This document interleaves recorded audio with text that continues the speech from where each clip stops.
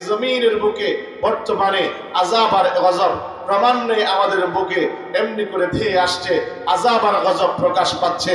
লক্ষ্য করে দেখুন, আমাদের এই দেশের ভিতরে গত 2 মাস আগে শেষ ভূমিকম্প হয়েছিল সকাল 9টা 36 মিনিটে। এতটুকুই না, তারও সপ্তাহখানিক আগে নিধিল নামক এক জ্বর আমাদের নদীমাতৃক অঞ্চলগুলোর মধ্যে আক্রমণ করে ব্যাপক ক্ষয়ক্ষতি সাধন করেছিল।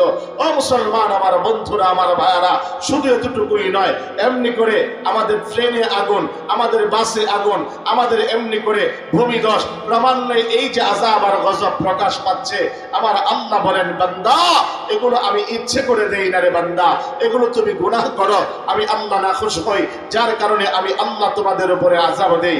এটা আমার আল্লাহর কথা।